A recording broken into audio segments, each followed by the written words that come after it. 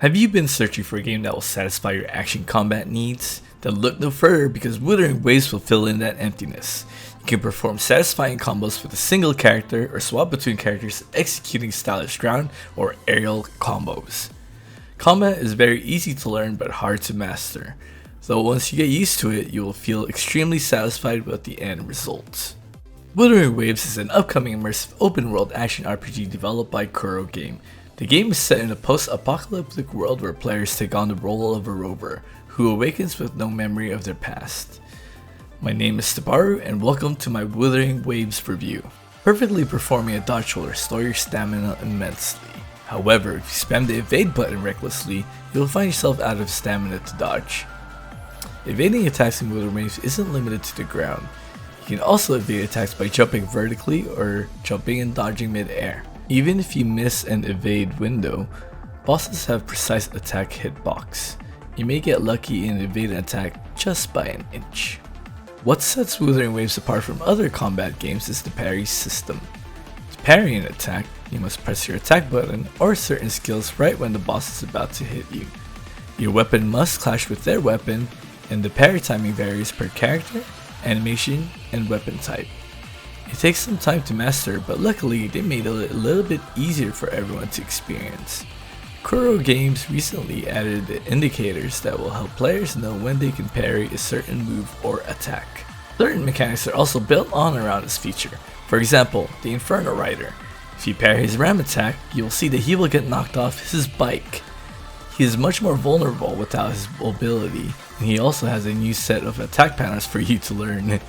If you fail to parry his ram attack within 2 tries, you will get a chance to do another mechanic, which is to throw his own spear at him and knock him off the bike. How awesome is that? Then you have the Morning Aches. If you fail to parry or dodge his move 2 or 3 times, you will most likely die. The boss will grab and take you far up to the high in the air and throw you down to your death. There are a lot more bosses added in this beta, and I encourage you to learn and check out all the hidden mechanics they have. The combat system doesn't just stop there. I'll explain more of the combat features using the Echo system later, but first, let's move on to the next part of the review. The current Wuthering Waves build offers 14 playable characters. The character variety does not seem to affect gameplay as much. With enough practice, you can pretty much solo most of the content in the game with the starting character or your future favorite character.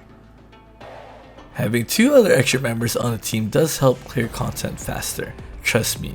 There will be videos of people trying to world record kill bosses in X amount of seconds with a full team min-maxing characters and all that. Then there will be people posting videos of one character solo boss exhibitions where they would perfectly dodge or parry boss attacks. So don't be intimidated by Wuthering Waves. There is actually room for both casual and hardcore players alike. While you can freely swap between characters anytime you want during combat, players are rewarded when they swap out using the Concerto system. Each character has their own specific element. When one of the character icons on the right side of the screen starts flashing, you can swap out between the characters and perform a Concerto effect. These effects vary depending on your party setup and must not be overlooked. They will help you take down mobs or challenging bosses way faster than you think. This game is not an MMORPG. There might be YouTubers or people that have been misinformed or clickbaiting, but the truth is, this is an open world action RPG with multiplayer co-op system. Here, I will show you. On the top left of the screen is the multiplayer or co-op icon. You can also enter dungeons like these and have a selection where you want to solo or co-op with a friend. You can bring up a resonating sound. By doing so, you can leave comments for other people to read in the world. Similar to Dark Souls or Elden Ring. You can either troll people with it or write helpful things. If you start seeing too many of these messages, there is always an option to turn them all completely off. Kuro Game has been hard at work preparing open world activities because this is going to become a big part of the end game. You will hunt down monsters and bosses capturing their echo, which I will explain shortly. One of the things that I enjoyed while exploring the world was that there was a good amount of grappling hook points. It made traveling riverbanks, cliffs, and mountains more convenient. There's a decent amount of these grappling points found all over the world, but not so much that you're constantly lunging non-stop from one point to another like Spider-Man. The environment in some of the areas is reactive. For example, if you throw a canister at this plant, it will grow into a vine that you can climb or run on. You can break certain rocks and vines with certain exploration skills. You can find hidden treasure chests if you use your scan button, leave random messages to guide or misguide players to secret areas or puzzles. All of this was just added in this closed beta, and it's not even finished yet, so they're always looking to improve. To fully understand the Wuthering Waves combat system, you must learn how the echo system works, as it is one of the endgame activities that you will be focusing on. After defeating monsters and bosses, there will be a chance that you can capture that monster, and it will have a random chance to be normal to legendary grade. You can further increase the capture rarity by leveling up your resonance terminal. After you have caught the echo, you can equip them with your character as an active skill. By doing so, you can either summon the echo alongside to fight for you for a brief second, or you can transfer into them and wreak havoc upon your foes. Aside from the equipable main weapons, these echoes will act like equipped armor. Take a look at the screen. There are 5 echo slots in total. The main slot where you equip your active echo summon is called a tonic slot. The other 4 empty subslots are called consonant. All echoes will have a tonic and consonant affix on them. The main stat for the tonic slot is random after you capture a monster. You can have a total of 4 consonant affixes in a single echo. To unlock the first 2 random affixes, you must level up the echo to 5. Then to unlock the other 2, you must level it up to 10. Fully benefit from the 4 empty consonant slots, you must at least level up every single echo in that slot to level 10. The echoes have a main tonic stat that is random upon monster capture.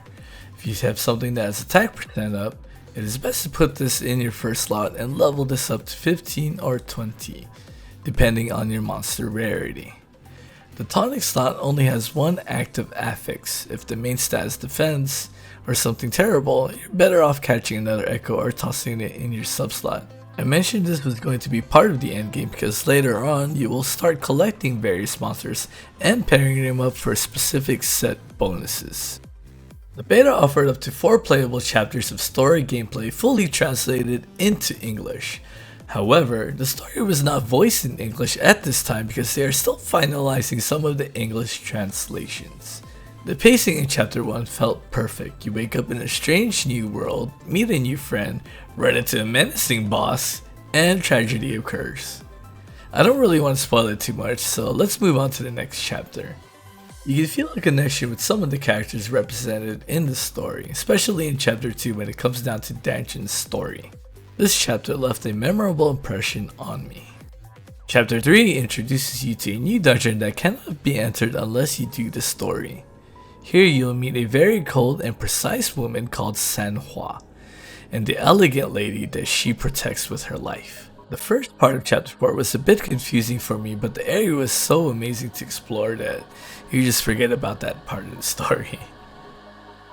Then finally we have the last act of chapter 4, which was my second favorite chapter because it introduced the Inquisitor, one of the most badass characters of the game.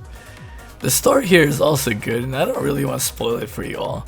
I will however upload all the story in English for those who want to read it over the next few weeks.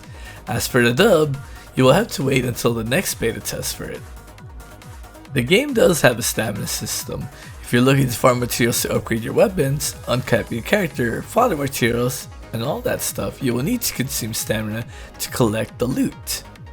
Other than that, if you want to farm gear like the echo system I explained earlier, you can just kill monsters and bosses repeatedly out in the open world. So let's say you want to farm a boss echo called the Crownless. You just summon him and beat him down until he drops his echo using 0 stamina. That's right, you don't need to collect the rewards after defeating the field boss. Just move out of the area, go to another field boss, or explore the world while waiting for the box to despawn.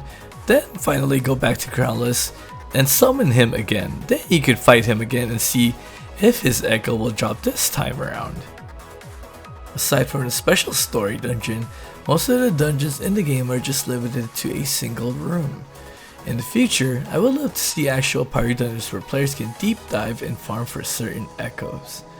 There are already set echoes available in the game, so if you populate a dungeon with these mobs, you can farm that with your friends and hopefully complete that set bonus easier. At the end of the dungeon, players can then just decide if they want to use their stamina and collect fodder material to level up their echoes. While this idea might be appealing to you, I think it strays a bit away from Kuro Games' open world idea where they want the players to explore the world more. I have spent over 400 hours playing the internal build and I am already way past the new game honeymoon phase. If you have been following Wuthering Waves closely, then you will notice the drastic and huge changes the game has gone through within a short period of time, and it's just amazing. Even after grinding so much, I am pleased to say that this game remains at the top of my list for the upcoming open world action combat genre. I suggest trying the game out sometime in the future if you're lucky enough to get selected for the beta. You'll definitely enjoy the combat. I think some people might be upset that they made the game slightly easier. I for one don't mind as much as long as they continue to add challenging and unique boss encounters in the future, like the Inferno Rider. They already have a special large turtle wall boss that has multiple hitboxes and breakable parts. I'd love to see more of these bosses that would put an emphasis on the co-op features in the future. Perhaps a Monster Hunter collaboration is in order? That would be awesome. While it's easy to mention other games and point out who does what better, I felt like Wuthering Waves deserves a review on its own. I want to respect all the other gaming communities and I hope that everyone will do the same. Even if certain communities feel threatened and lash out, let's keep it cool and have positive vibes, brothers. Are there certain features that you would like to see added in Wuthering Waves? Let me know in the comments section below. If you found this video informative or helpful, please give it a thumbs up. It would immensely help the YouTube algorithm, me, and others about the game better. Wuthering Waves will be released for both PC and mobile devices in the future. As you can tell by my voice, I'm still really sick, but I wanted to get this review out there, so here it is. And I'm going to be streaming Wuthering Waves all week and hopefully still have my voice for you guys, so let's have fun and I'll see you guys there. Thank you so much for watching, and this is your brother Steparu out.